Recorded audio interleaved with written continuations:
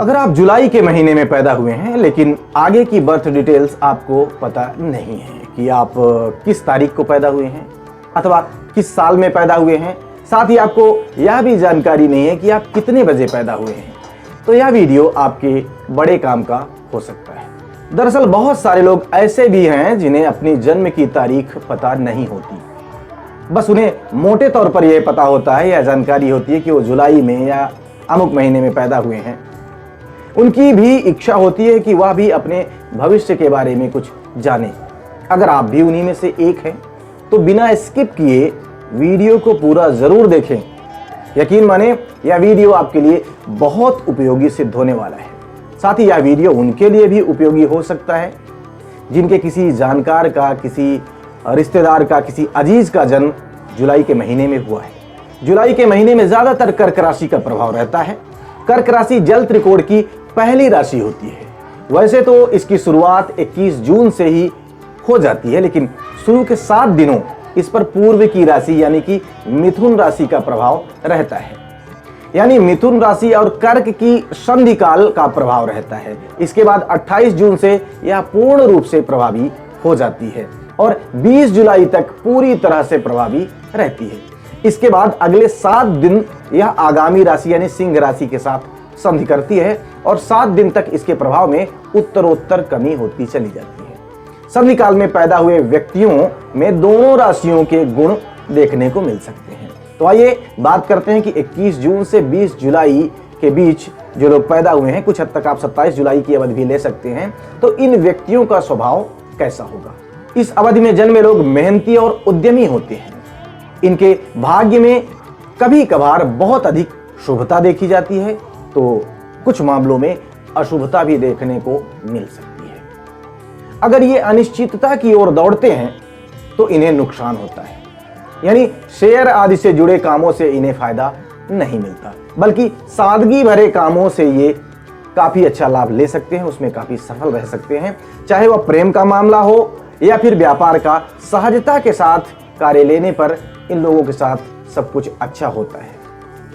हालांकि देखने में यह भी मिला है कि सट्टेबाजारी से भी इनका लगाव होता हुआ पाया गया है। प्रायः अपने स्वभाव की इस प्रवृत्ति के कारण वर्षों के कठिन परिश्रम से कमाए गए धन को ये गवाते हुए भी देखे गए हैं। ऐसे में सलाह यही है कि रिस्क लेने से इन्हें बचना चाहिए। जैसा कि इनकी राशि का प्रतीक होता है कर्क यानी कि केकड़ा, ये उसी तरह अपने काम को करते हुए भी देखे जाते हैं। कभी अपने काम में आगे बढ़ते हैं तो कभी पीछे हटते हैं। एक निश्चित योजना या वृत्ति में ये लोग खास बिंदु तक पहुंच जाते हैं। इसके बाद अत्यंत नाजुक क्षण में रुकते हैं, पीछे मुड़कर देखते हैं और वापस लौटने लग जाते हैं। ऐसा होते देख लोग इन पर आश्चर्य करते हैं कि इतनी सफलता के नजदीक पहुंचकर ये कैसे वापस आ गया। इस अवधि में पैदा हुए व्यक्ति सामान्य तौर पर बड़े पदों तक पहुंचते हुए भी देखे गए हैं। खूब यश प्राप्त करते हैं, लेकिन प्रचार की चकाचौंध से बच नहीं पाते। यानी इन्हें अपनी उपलब्धियों को बढ़ चढ़ करके दिखाने की आदत होती है। इनमें ये आदत देखने को मिलती है, लेकिन इनका पारिवारिक जीवन थोड़ा सा कमजोर रहता है।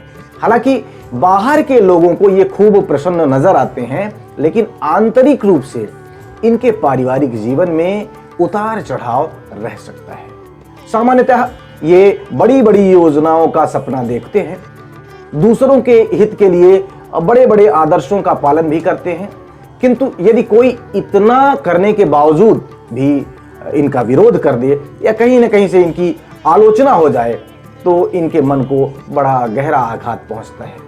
इसके बाद ये सब कुछ छोड़ करके अपने आप को कटघरे में बंद कर लेते हैं, यानी सबसे दूर रहने की कोशिश में लग जाया करते हैं।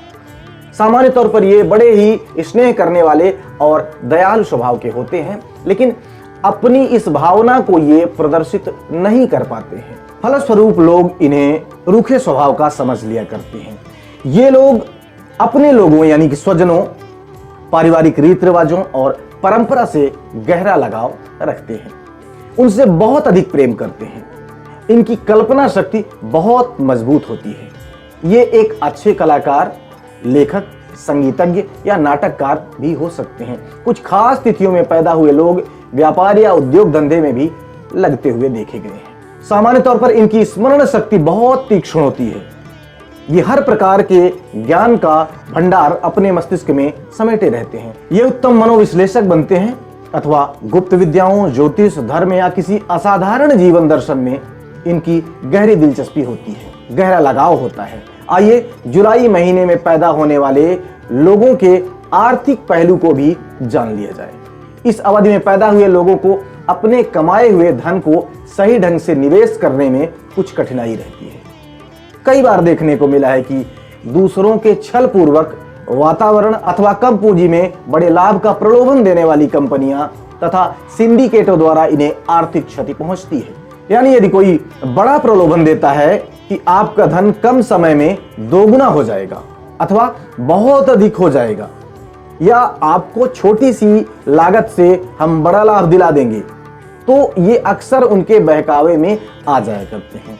यदि आप इस अवधि में पैदा हुए हैं और आपके भीतर भी ऐसा कोई गुण है, आप महसूस करते हैं, तो मैं उस पर नियंत्रण रखने की सलाह आपको देना चाहूंगा। आपको आर्थिक लेन देन में बहुत अधिक सावधानी बरतनी है। ऐसे कागजों, एग्रीमेंट्स, समझौतों आदि पर, यानी कि जिनमें जरा सा भी अनिश्चय का भाव हो, उस पर हस्ताक्षर करते समय आपको विशेष सतर्कता रखने की सलाह दी जाती है। हालांकि आपको बड़े विचित्र ढंग से या विचित्र व्यक्तियों के संपर्क में आने से लाभ भी होगा। आप प्रायः किसी एकदम अप्रत्याशित सूत्र से धन प्राप्त कर सकते हैं और विचित्र साधनों से धनवान भी बन सकते हैं। लेकिन जहां अनिश्चितता का भाव हो या कोई फर्जीवाड़ा होने का भी अंदेशा हो, तो ऐसी चीजों से, ऐसे मामलों से दूर रहें। इनमें धन निवेश करने से आपको बचना चाहिए।